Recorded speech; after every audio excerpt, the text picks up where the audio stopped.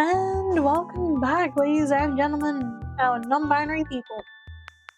And people who just don't identify with he, she, theys, you're all welcome here.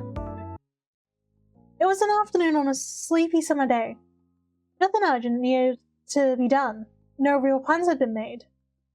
You and your company were simply hanging out around the local beach.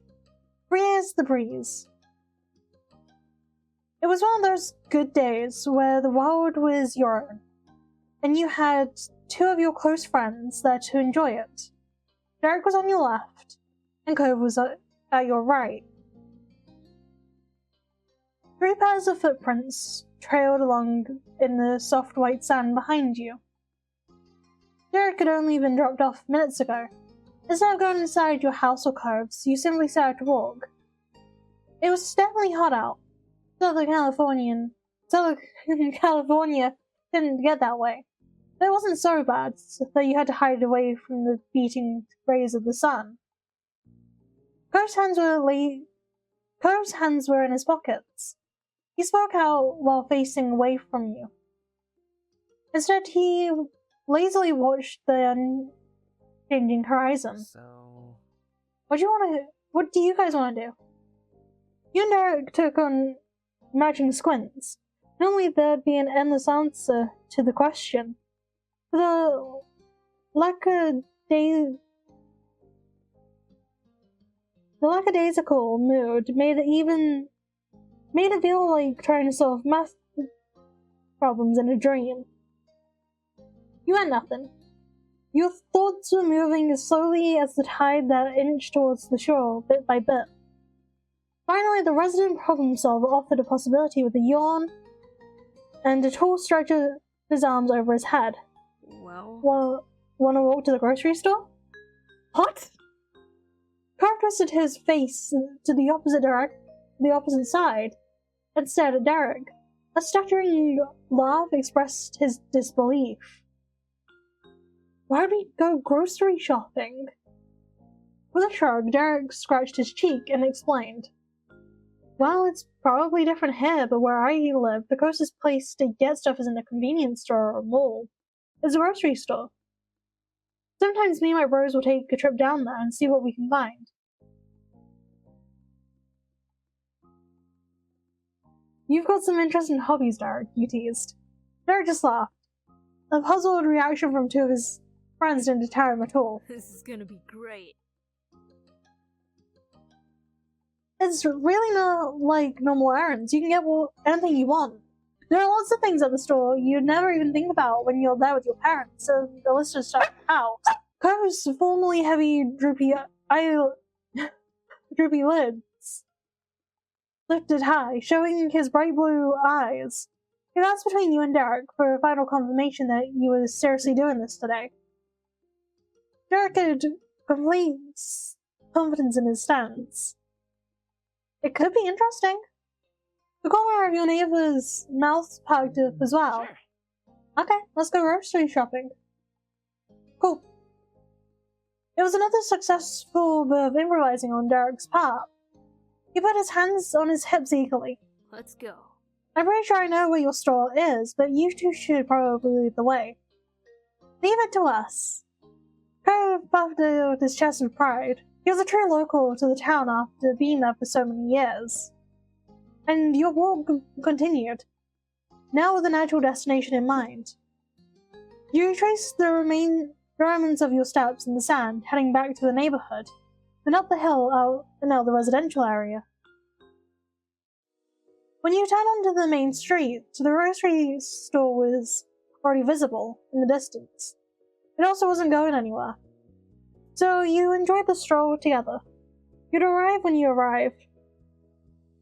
Derek continued to sell the concept of his plan by recounting stories of him and his brother's past adventures in the grocery land. But So we'd gone super lucky because the discount rack had a whole cherry pie for way off.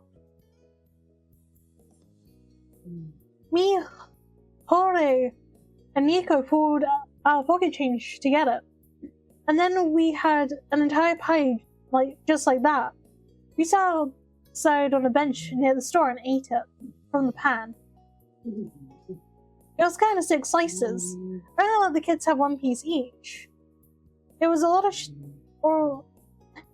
it was already a lot of sugar, and I didn't want to make them food sick. I tried to come up with how we were going to explain half pie to Mom, but Nico had his own idea. He took a slice he wasn't allowed to eat and instead threw it at Jorge. Nope. Cove's mouth gaped open at the audacity. Derek laughed aloud at the memory and the response it got in present. He'd been watching way too many cartoons with food fights and pies to the face, I guess. You'd believe that. If there was one thing Nicholas loved, it was Derek. And if there was another, it was cars. And if there was a third, coffee and things he had seen others do. Obviously, Jorge didn't let that slide. He took a 5th piece of the pie and squished it right into Nicholas's head. His hair was covered in dark cherry goo. It was a mess, but if you can't beat them, join them. I did the last of the pie on myself. Pie! It stopped them from fighting over it. And if they would have ended up feeling bad if they got messy and I didn't. Nicholas didn't think very far ahead.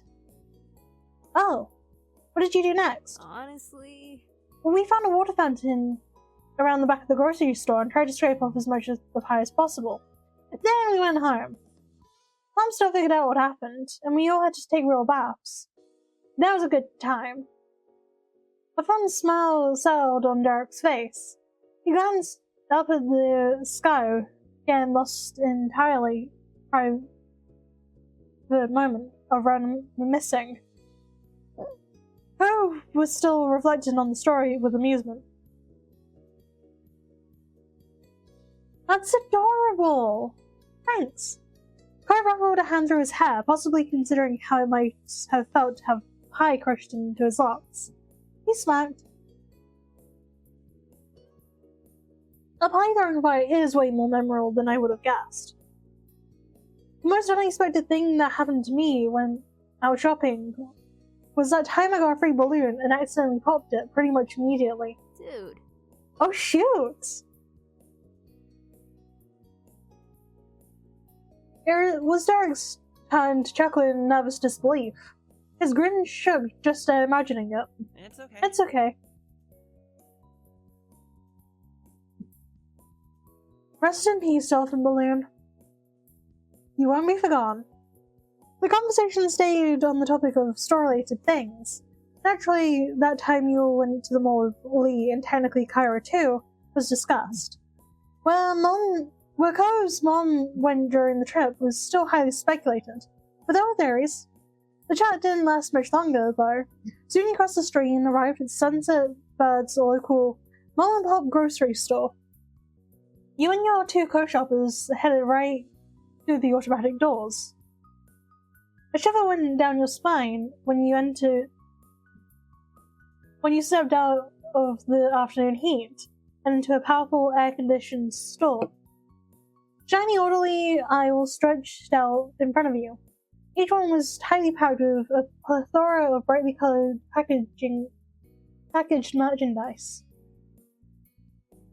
For some people, the rows of items might have been a slog to go through, but seen through Derek's eyes, it was a scavenging hunt with endless opportunities. Though it was Cove who spoke first. Do we need a car? Nope. Probably not. Derek casually waved that off. I still fixated on the ultra of consumerism ahead. We're here for quality, not quantity. Besides, do we even have enough money to buy a ton of things? Oh, wait. Cove suddenly burrowed his hands into his pockets once again. He dug them in deep, but couldn't find what he'd gone searching of. I don't have my wallet. It's at home. Me neither. I thought I'd been in the neighborhood all day. Yeah. I figured. It's cool. I figured. Derek's lack of reaction couldn't smooth over Cove's obvious response to the situation. His wavy eyebrows pulled down together. We could have stopped by to get it before we left. Nah, this was my idea, so it's my treat. I've got like $8 and some change. That's enough for all of us to spend around a few dollars or put it together for one thing. That's gonna be plenty. Not even $10 between us. Wow, it's like we're kids again. That's what's great about it. Having limited funds is the best part. You've got to get creative. First Sans finally deserted his pockets, and one came up to rub his forearm instead. Alright. Okay, thanks. Let's get something good. Derek took a step forward as he cheered. Alright, here we go. You went down the nearest aisle, swiveling your head to check both sides of the path as you swung your currently empty of good arms through the air. The first job of the market expedition was the discount rack in the bag. You didn't have the same luck as Derek and his little brothers. It was the only place in the store that was barren. One shelf had several dented cans of chicken stock. Stuffed in the bottom was a regular plain rolls. The sight was pretty pathetic. Too bad. He shrugged like it was nothing, but his words told another story. It would have been easy if there were pie here or a cake, or one of those pans with a bunch of cinnamon rolls. Wistfully, Cove mumbled a list of miscellaneous pastries that you might have potentially been able to get if the fates had aligned.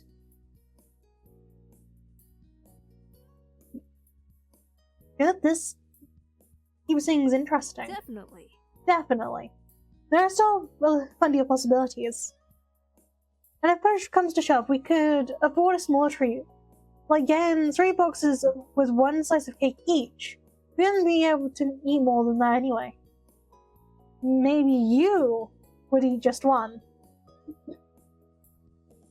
Cove could have eaten out the pie himself. Whoa. Wow. Alright, it's good that we didn't find one then. Hey! You push past the already pilfered treasure chest and continue to chat.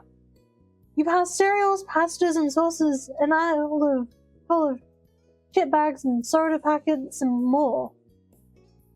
The dry goods and canned foods now behind you. You arrived at the produce section. The arrangement of goods was much more open than narrow rows of shelves. The 3 of you could spread out more between pallets and baskets of fresh fruit and vegetables. Derek grabbed an avocado to check its fragrance. Cove stared at the watermelons and appreciating the fruit, but his blank face made it obvious he had no idea how to tell if they were good quality or not. Then a recognizable crackling sound spurred to life.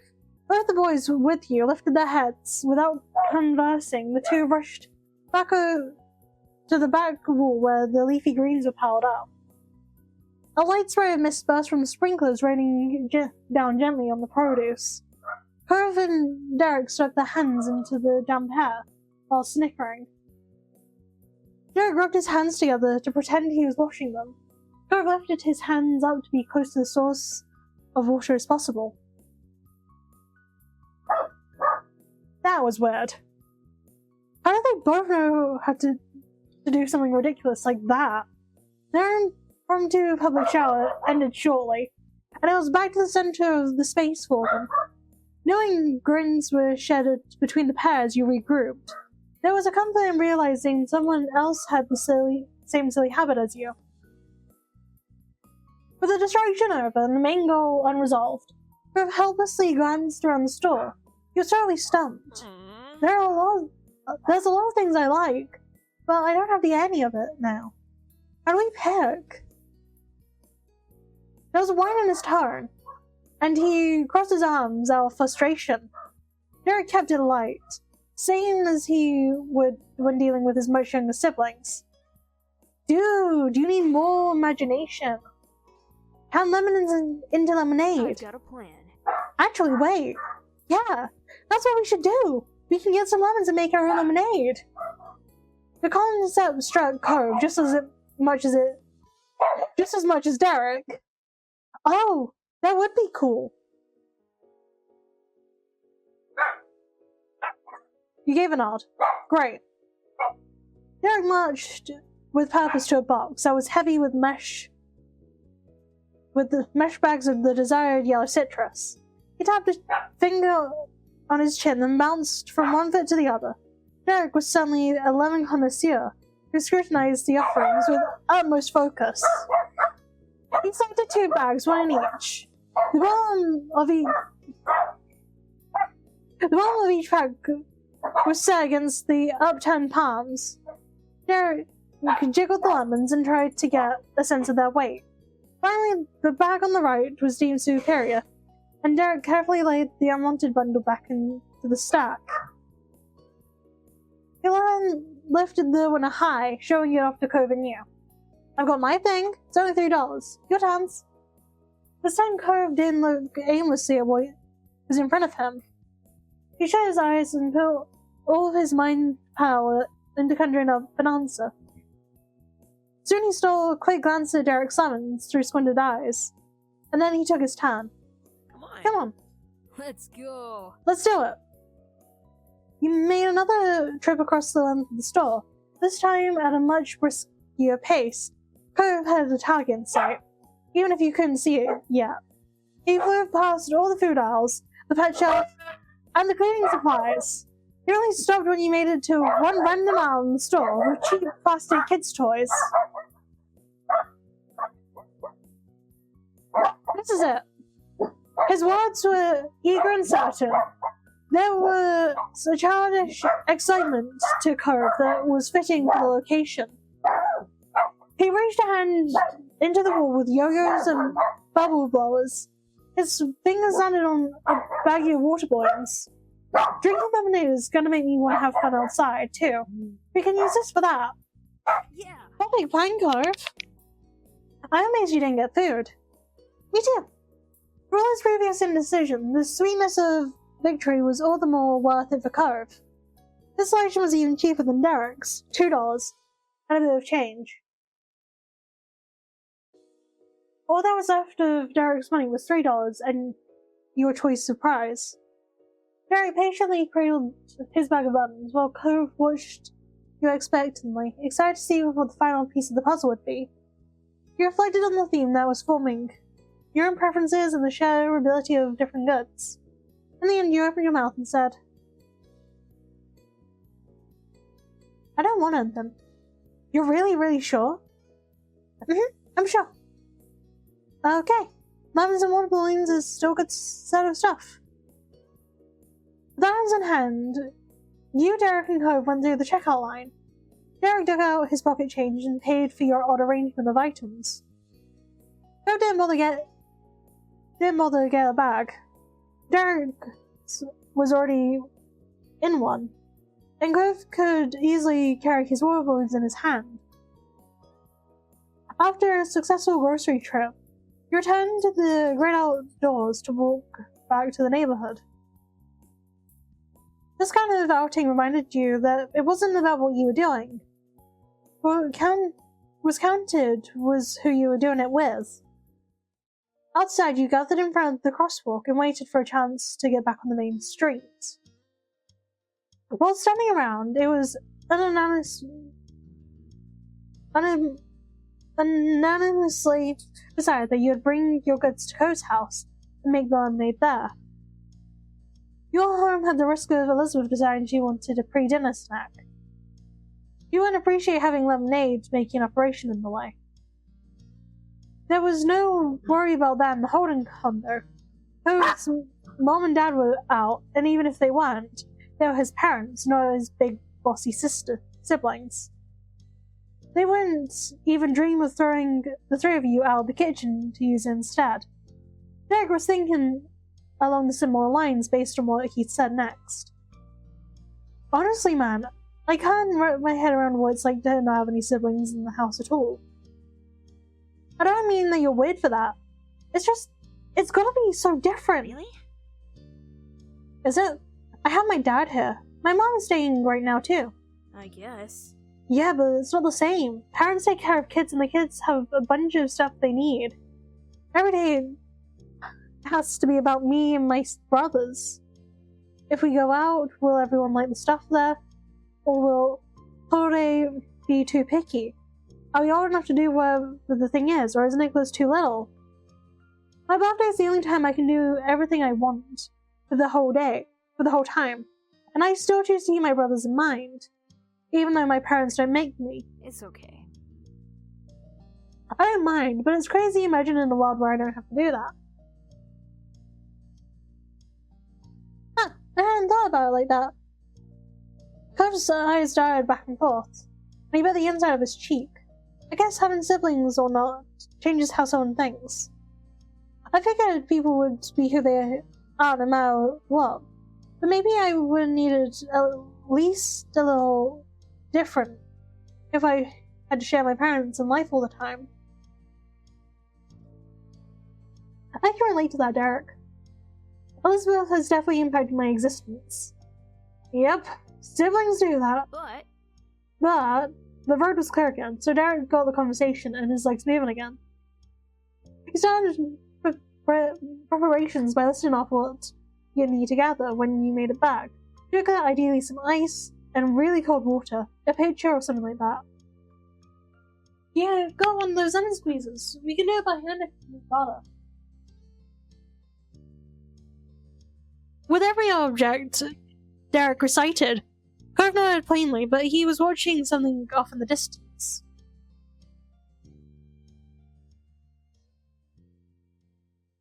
His faraway thoughts made Derek's words reach him less and less until Derek noticed the lack of reaction. He called to Cove more loudly to catch his attention. You okay, dude? Oh. Cove blinked as his brain snapped back into place in the center of his head. It's nothing. What were we talking about? Derek spun his lemon bag into a mini tornado by twisting it around tight from the bottom, then releasing it. He snickered. No worries. No worries. I was just making plans for making the lemonade.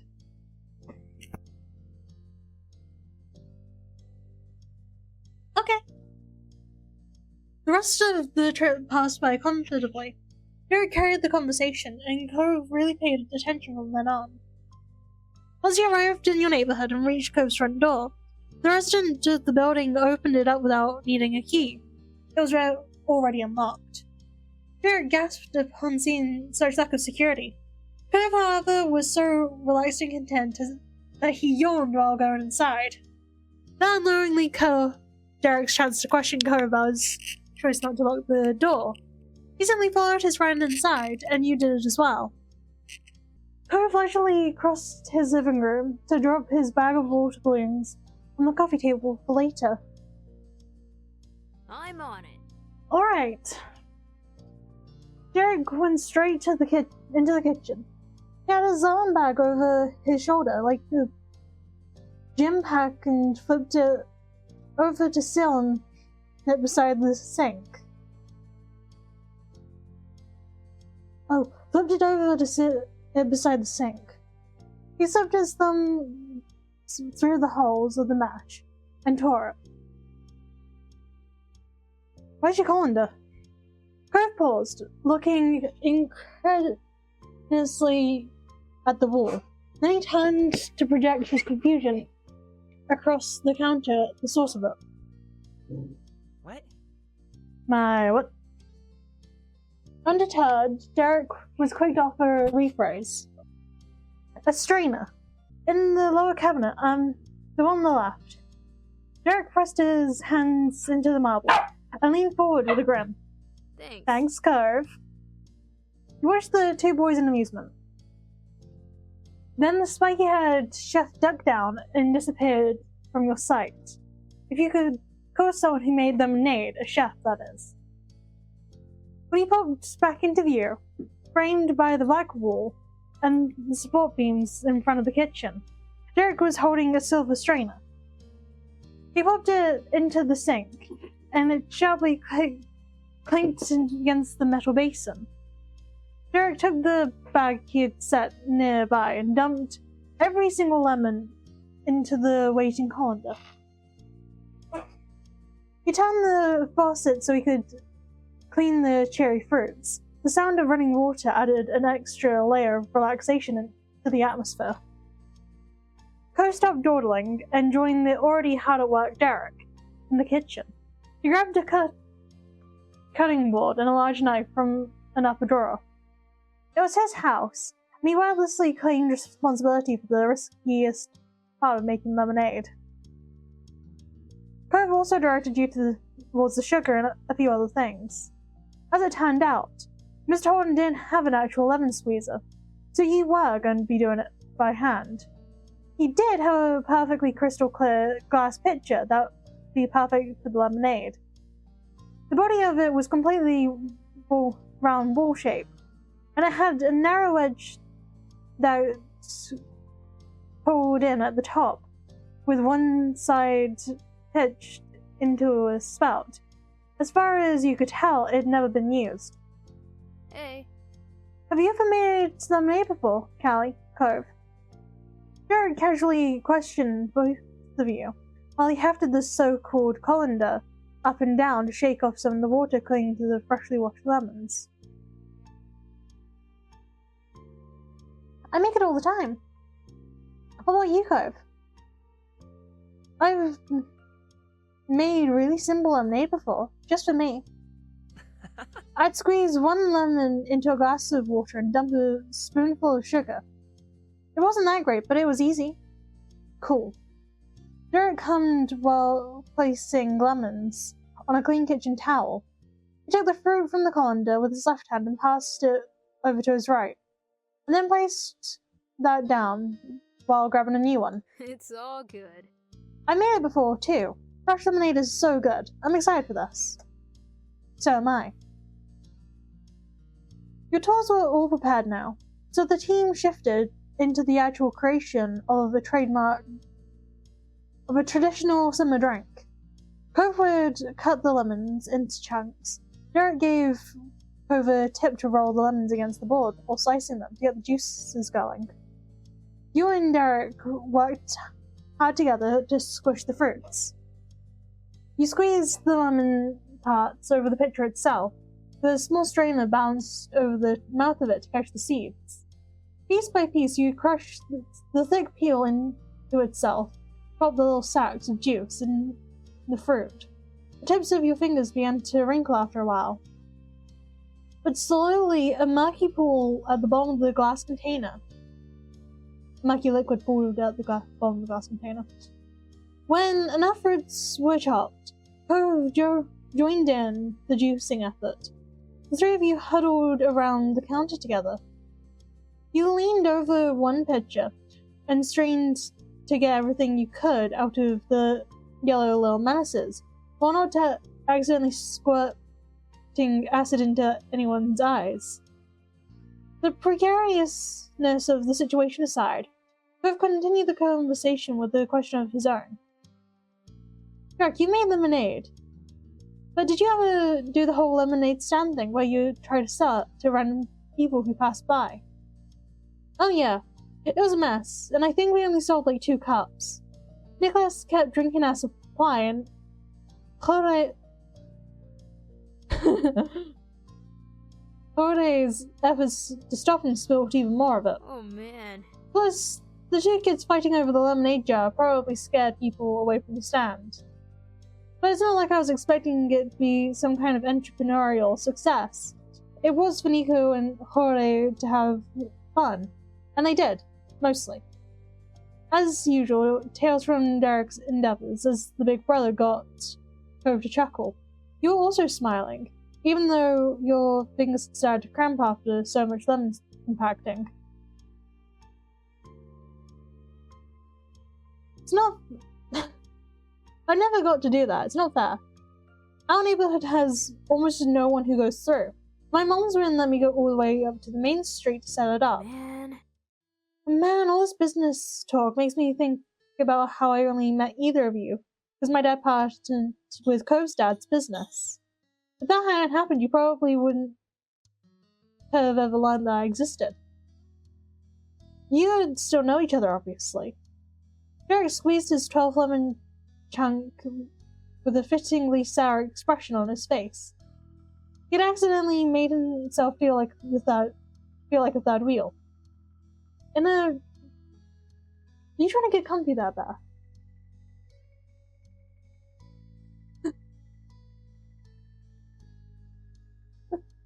You go at it, mate. I'm stalling your chair.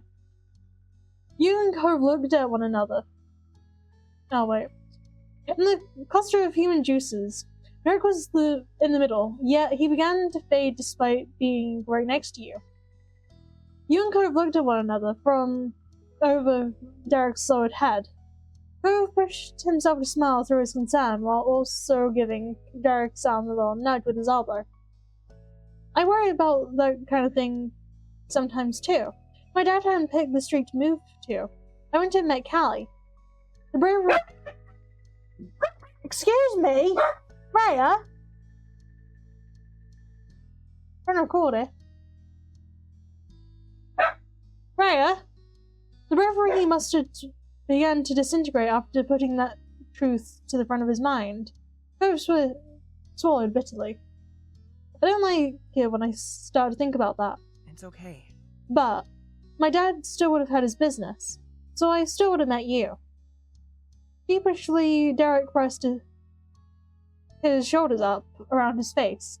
He managed a small smile. Yeah. It's rough for all of us, where your parents live and what your parents has to matter so much to everything. Derek bit his lip, unwilling to let himself continue to speak negatively. But, like a turtle coming out of a shell, Derek lifted himself off the counter and rejoined you and Cove at his regular eye level. We did meet each other and we're friends, and that's what counts.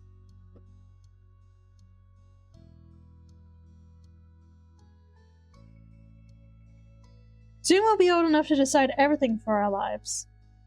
That's gonna be crazy. It'll be a relief. Cove quietly watched his friend, soothed by his uplifted mood. Then his lips parted as a pleasant thought came to mind. Hey, this is where I was standing when I first met you. Right? Oh yeah! Derek bounced on his toes and tossed a lemon piece he'd been working on over into the trash can. It landed perfectly inside. But I was on the other side of this counter back then. Now I'm here in the kitchen with you. That caught your ear and you lifted one of your brows. You remember the night Cove told you that he met a new kid named Derek, but he didn't say much about it. All you really knew was that their parents had started working together, and then Derek began to come around the neighborhood for visits. Derek could recognize an intrigued audience when he saw one, and did what he knew how to tell the rest of the story. Did what he knew how to do. Tell the rest of the story. There we go. Mr. Holden invited my dad over for a meal at his house after their partnership was official. He talked about Cove before, when him and my dad were getting to know each other. You just can't... Slow nose poking up my leg. I'm being poured at now. Hi, baby Ray. You can't get away from hearing about Mr. Holden's top-notch son if you spend any time with him. Off to the side, Cove mumbled with embarrassment over what he clearly thought was an unnecessary addition. Derek laughed and the minor interruption off and went on. So, my dad suggested that I come too, since we were the same age. Mr. Holden was apparently really into the idea. I had no idea what to expect from something like that, but I wanted to go. To a sort of business dinner with my dad. It felt pretty cool to be invited, and then I went. Whatever I was imagining before I got there, Mr. Holden definitely wasn't it. I thought my dad was casual for a professional business person, but Cove's dad takes the cake. Being the type of a little dog.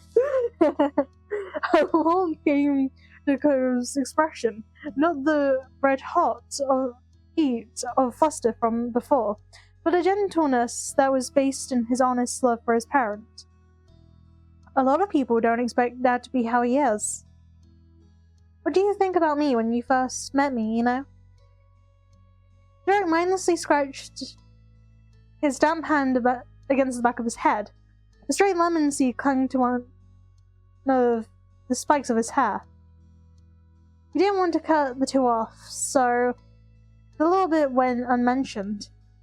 No way! Honestly, when I spotted you in the back of the kitchen, I thought Mr. Holden had another older kid he was hiding, because there was no way that guy was 13. You were so tall and fit, and you just stared at people.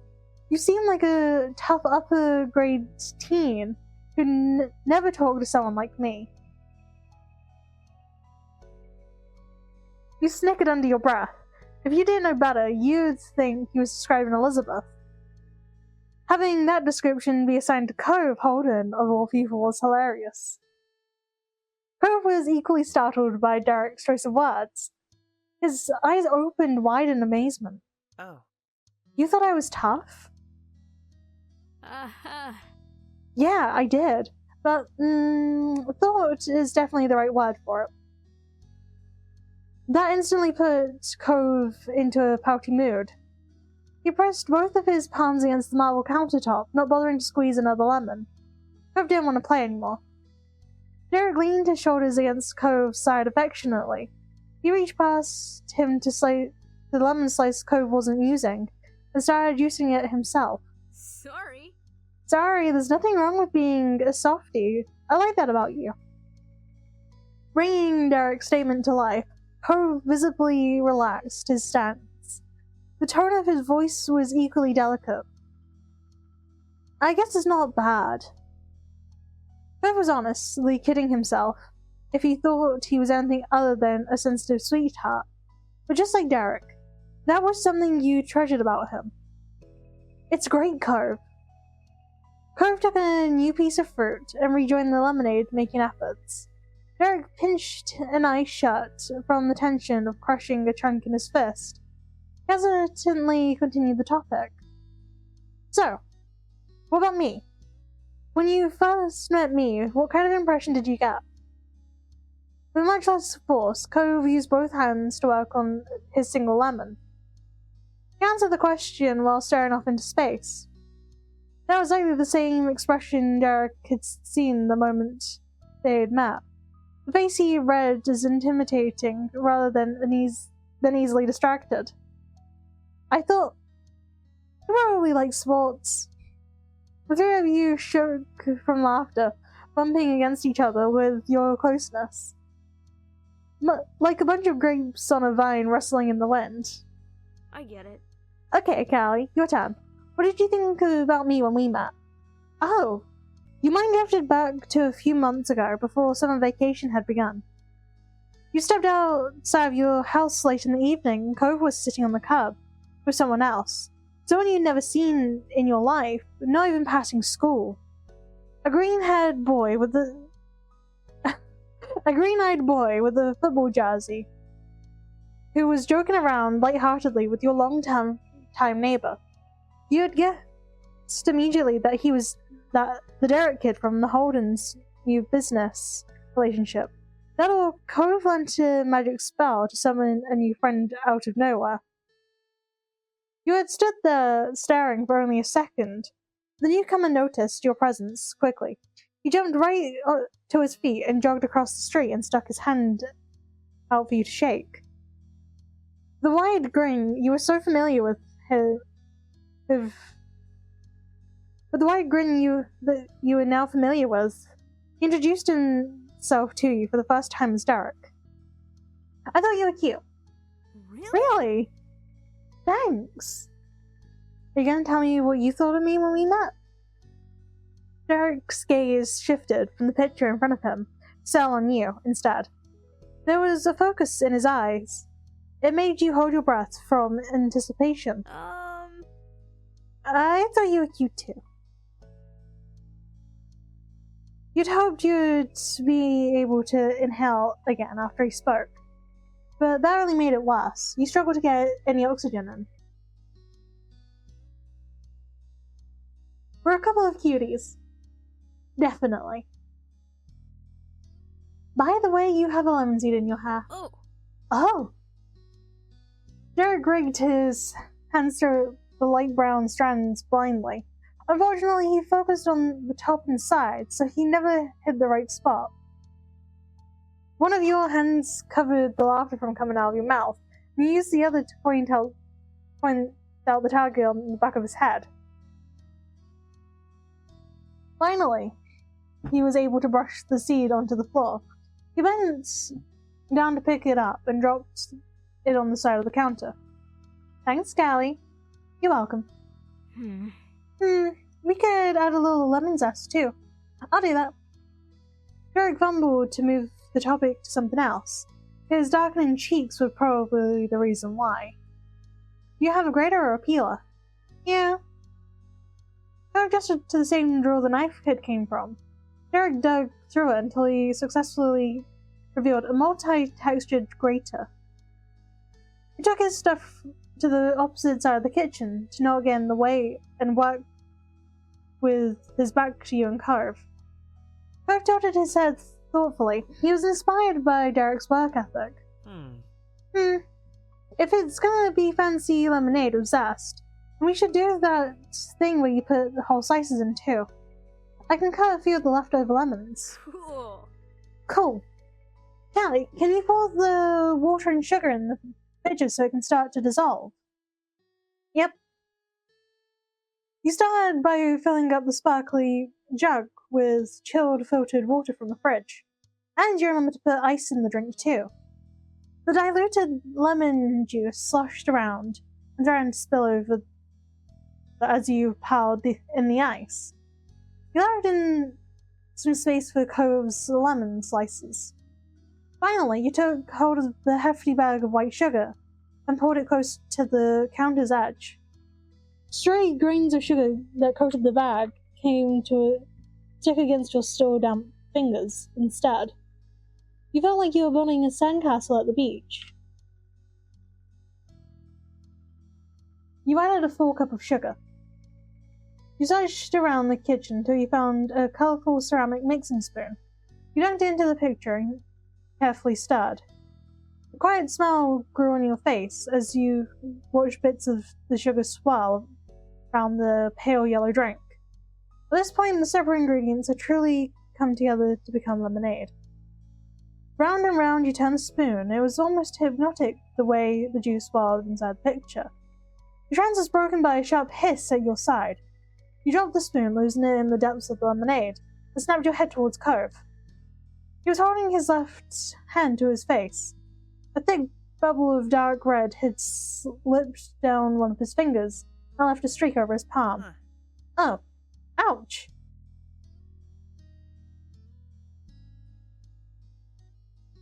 That's not great. Where'd you keep the bandages? Cove plainly shrugged. It's nothing. Without even thinking about it, Cove reached his hand down to wipe the mess on his pants. Luckily for his trousers, Derek flipped around at the common motion. His tense, worried face took in the scene, and disbelieving shouts startled Cove into freezing. Don't do that! Cove stared incredulously from the corner of his eyes, with an arm awkwardly sticking out from his side. His sudden pause in a strange position reminded you of the red light green light game you'd played at your elementary school, except there was no green, only red in Cove's version. I'm fine. No way. Seriously, Cove, you have to take care of that. Derek stretched his arms high to grasp the taller teen by the shoulders. He stepped backwards, getting Cove to move with him. We're gonna clean that off for real. Cove muttered an averted fine as he stumbled along with Derek, who was reversing out of the kitchen. Callie, do you mind cleaning up the cutting board? No, I'll take care of it. You gathered the knife on the cutting board and brought it over to the trash. Lemon slices couldn't be used in a drink after that.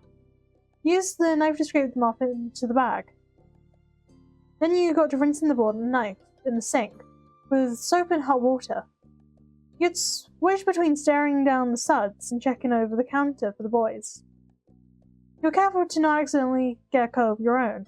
It was hard to not wonder what was going on down the hall.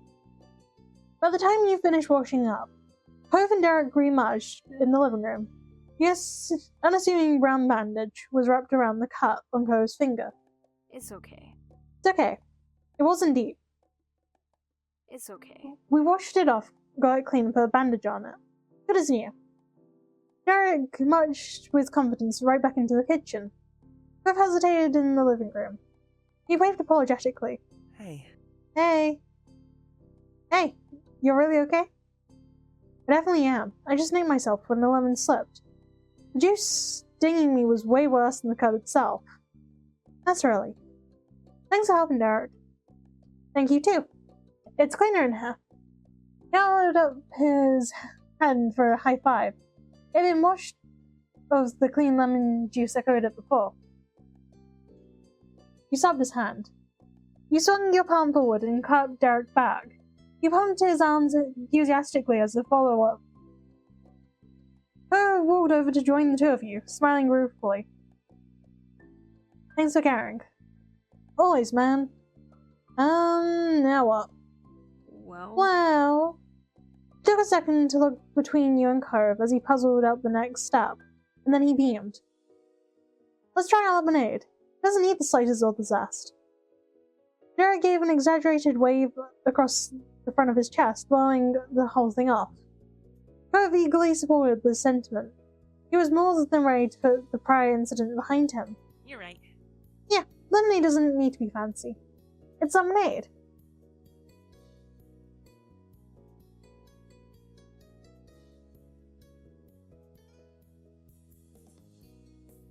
Derek nodded twice as he strained to lift the nearly full pitcher, and he had to balance on his tiptoes to pour the juice and the set of 3 glasses that had been put out earlier. If Derek didn't notice there was a spoon going around in there, he pretended that he didn't. Thank you. At the same time, Cove and Derek tipped their glasses and took full gulps of the drink. They savored the taste, and you watched as their reactions formed. Cove smiled contentedly, while Derek cheered with enthusiasm. It's good. Derek gave a thumbs up to that. Good job, team. It's a perfect cup of lemonade. Good work, team. You gladly joined them in taking a sip, enjoying every drop of your hard work. It was absolutely refreshing. Cove chugged the rest of his drink and then placed the empty cup down firmly. His enthusiasm was continuing to rise. Let's fill the water balloons. Slowly, cautiously, Derek questioned Cove's plan. He didn't want to ruin things, but expressing concern was more important. Are you sure? Will you really be alright in a water balloon fight with your finger and stuff? Cove remained relaxed in the face of Derek's worry. He wasn't going to bring the mood down after the commotion he caused earlier. He responded to the inquiry by secretly pulling out the big gun. Your neighbor smirked as he held up his left arm over his chest, showing the full length of a jagged pale scar that marked him. I've had worse. Derek's eyes widened, and his mouth was stuck hanging open. Derek could only imagine what Cove had gone through to get an injury with such lasting impact. But if Holden said he could manage a cut, he could manage that cut. Whoa! Wow, you're pretty tough after all. The compliment had Cove preening. He caressed his trusty scar and giggled childishly. Yeah, you make a good point. Alright, let's do it. Nothing else needed to be said. The 3 of you busted open the baggie of water balloons, pushed your tours of lemonade production aside, and got to work on another summer group project. You stretched open the end of the water balloon over the faucet. The plastic fit snugly around the silver spout. You kept your hands on it to make certain the balloon didn't pop off, and shooting a stream of water in your face like a busted water fountain. Derek put the handle up for you, and the first saggy balloon rapidly expanded. Out of the bag, the balloon was a dark emerald color, but in only a few seconds, the bloated sack of water had stretched so thin the green had almost become translucent. It was as pale as Cove's hair. Before it was pushed beyond its limit, Derek turned the faucet off again. You carefully pinched the strained top of your perfectly plump toy, and then harvested it off the silver vine. Cove reached out for it, as he intended to tie the balloons while you and Derek continued filling. Derek looked between the balloons in Cove's hand and called a timeout. He had been a little overeager to get involved and realized that in that moment, their team arrangement wasn't the most efficient. He requested to switch positions with Cove. Cove rolled his eyes but couldn't argue. His bandage could easily be yanked right off the taut loops of the plastic that formed around the fingers while tying them. The optimized party got back in action, with you hooking balloons into place, Cove handling water distribution, and Derek sealing the deal with the knot. Zuki had a couple dozen shiny water balloons overflowing in the sink basin. Cove pushed off the top of the counter silently. He disappeared from the kitchen and left you and Derek wondering. He went down the hall into his bedroom. He was gone only a minute before stepping back into the hall with a pure white, whole-specked laundry basket. The point of that was obvious, but his choice had been to gather ribbing from Derek. Did you dump your clothes on the floor for that? Yeah, they're already dirty. Oh. Derek blinked. Hadn't expected that to be true, or for Cove to be so straightforward about it. You snickered at the exchange, still casually leaning against the sink. When Cove dropped the newly emptied laundry basket on the towel, you cradled a few water balloons in your arms and placed them inside. Cove and Derek joined in with the transfer. Eventually, every water balloon had safely made it into the basket. Nice work! Derek and Cove took one side and lifted it, while you helped steer it by grabbing the back end. Moving as one, the three of you shuffled out the kitchen and through the living room to take your treasure chest of jiggly jewels into the neighborhood. The door was open. The drop from the curb to the street was overcome, and you successfully placed the laundry basket in the center of the empty road. Well, we're here. We are here. Derek slowly curled and uncurled his fist. Cove didn't take his eyes off you, or Derek. No one made a move for the pile. You broke the pause and grabbed a weapon. Cove lashed out like a snake at your move, and got his hands around a balloon of his own before you could do anything with yours. But Derek wasn't going to be left out behind either. He stuck both hands in deep into the mess and came out with two balloons.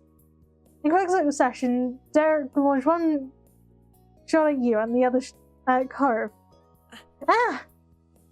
You felt the impact of the solid object summoned against your chest before it burst into a million pieces, and a shock of cold water seeped into the front of your shirt. Cove was left spluttering, with the dark stain at the lower edge of his top. He shook the head off and got a balloon directly at Derek in return. It exploded against his right shoulder. No one was dry anymore, and no one was safe. The war was on. You threw yours at Derek. It landed true and added a second dripping blotch on Derek's favorite jersey. We're even, Derek. It's Yeah. Not for long. The three of you elbowed against each other to dig into the pile and restock your supplies. Politely taking turns to the question. The water balloon fight was in full force. Derek sprinted up and down the street, making himself into a moving target. He'd only made a mad dash for the center area when he ran out of balloons. Cove had no fear of being an easy mark and stayed right by the laundry basket, lobbing strike at you and Derek. You competed with Cove for control over the pile. It was a mess with the both of you sending off large barrel of balloons in close contact.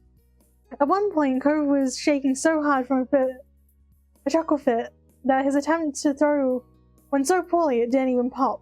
It just bumped against your arm before popping on the ground.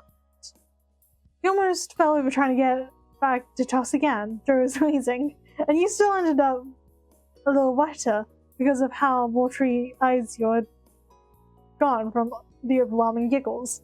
Laughter and water splashes filled the normally quiet Sunset Bird neighborhood, and you were convinced the mean grandparents would jump out and shout at the noise.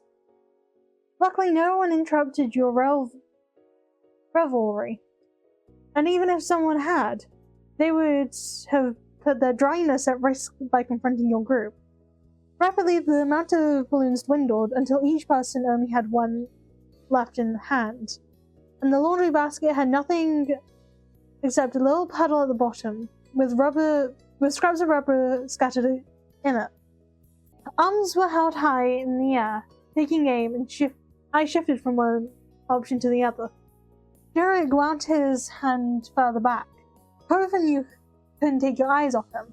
Your teeth gritted as you desperately tried to calculate where the balloon would fly. Would it be Cove or you? However, Derek chose neither. He launched it straight up into the air. It reached an impressive height. You could barely see the speck of yellow against the vast blue sky, until it inevitably sailed down and smacked against the tarmac.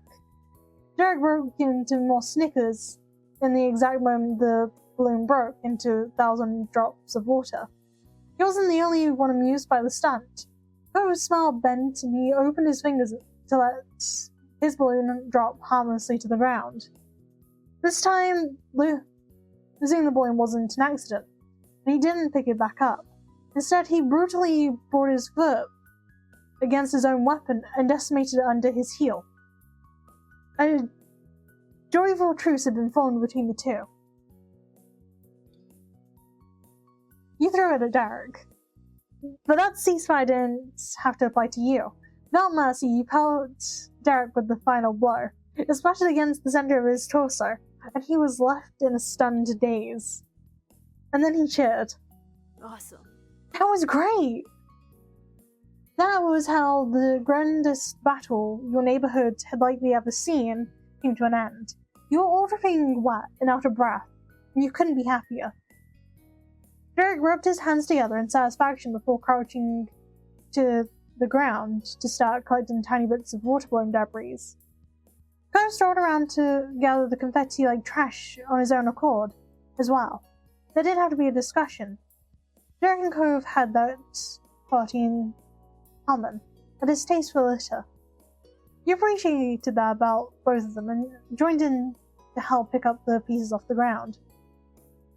You quietly wandered around, filling your fists with the rubbery remains as the sun crept behind the condo roofs. Your shadows no longer grew in the waning light. You felt the damp cling of your clothes more acutely as the excitement died down. Your team managed to finish cleaning before the night had completely fallen.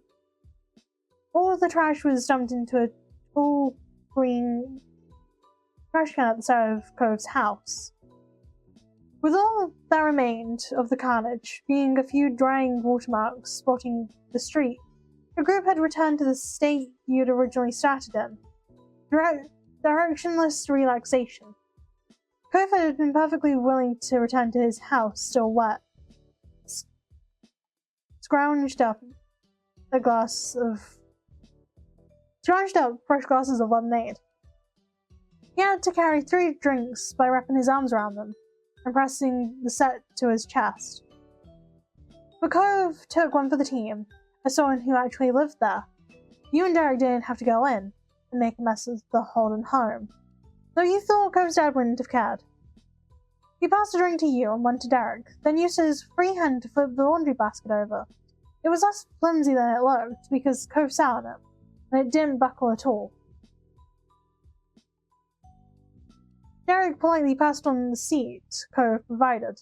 He remained standing while shifting his weight from one foot to the other. You sat on the basket with Cove. There was plenty of room on the other side, so you took it easy. The basket still didn't break. Cove quietly took a sip of his lemonade. Derek circled the top of his glass with the tip of one finger, watching Cove. Are you alright? How's your hand? Cove savored the taste of the drink, let out a refreshed sigh, and then answered, It's okay. It's still fine. Cool. The ritual of checking on him was complete, and Derek could only chuckle, bashfully over his habit. Cove smiled over the rim of his cup. There was comfort in knowing Derek would always care. The air was warm enough to be comfortable, even in your wet clothes. Lemonade and good company was what days like these were for. It couldn't get much better. Cove agreed contentedly, without you even having to say so. Summer really is the best season. Same. I think so too.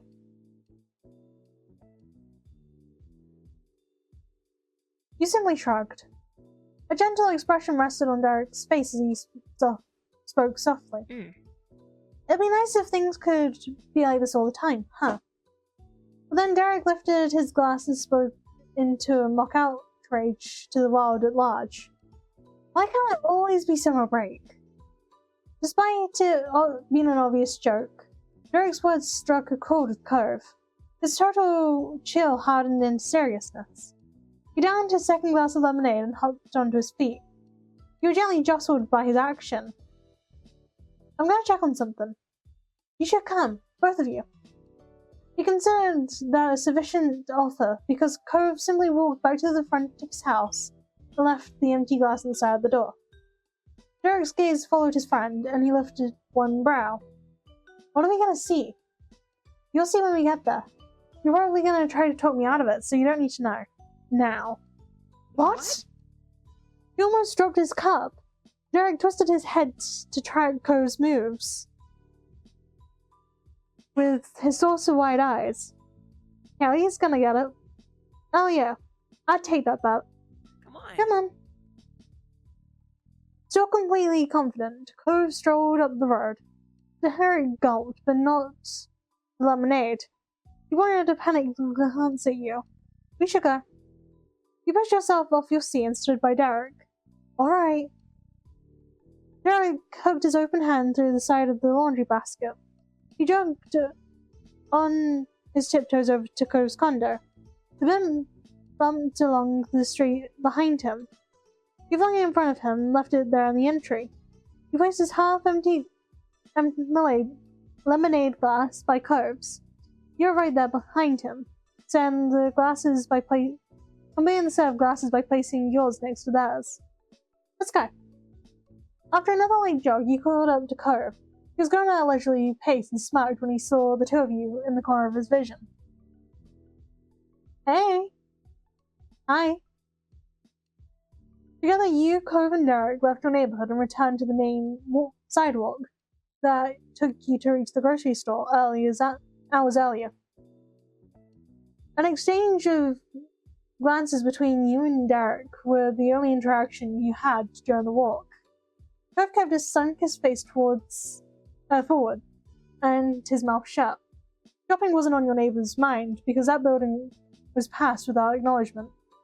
He was taking you further down the path. Only about a minute later, your progress was halted by a row of striking orange traffic cones and strings of droopy do not cross banners. Did we go around? No, we're here. Huh? Derek stalled. Cove, however, got onto his knees in front of the blocked off area. His eyes were glinting with intention. I saw this when we were leaving, but people were working on it. The concrete's still wet, but there's no one around now. Yet again, Cove had knocked out a gasp of Derek. You're not gonna mess it up, right? Cove didn't have to say anything to answer. He shared a coy smile, and that was enough. Oh man. Oh, Cove, that is really bad. The grin on Derek's face trembled from both laughter and threatening to spill out, and the fear of getting into trouble. No, it's perfect. Thanks, Callie. That's what I thought. Cove carelessly stuck his finger into the muddy grey concrete. He slowly etched out a series of numbers. When he was done, the corner of the block had 2011 scribbled into it for all to see. He surveyed his work with pride, while wiping his dirty fingers on the side of his pant leg. You added summer above Cove's 2011. That made more sense to you than just having it be the year. It's nice. That's nice. Derek stared at the soft, forbidden canvas and slowly crouched down. He paused, bit his lip, then ultimately pressed one finger into the tacky surface to leave a small print. He left a sign of his presence there on that day, right along with Cove and you. Relief came to Derek's features once he had finished. Hopefully it dries before anyone finds out. Yeah. The single word was whisper, but it was warm and pure. Thanks for taking this, Cove. You're welcome. Cove dusted his pants as he stood up after a job well done. Derek shut up as well, newly invigorated. He looked to the sky and squinted at the sun. The day was coming to an end, but no one could say your group had wasted it. That was true for the entire summer. No matter what happened when school started again, and when the unknown future arrived, you'd still have all the memories you made together. And when you had the chance and the things you left behind, then we have it. Lemonade is finished. Thank you for stopping by this little video. And I hope to see you guys again in the next one. Until then, bye bye!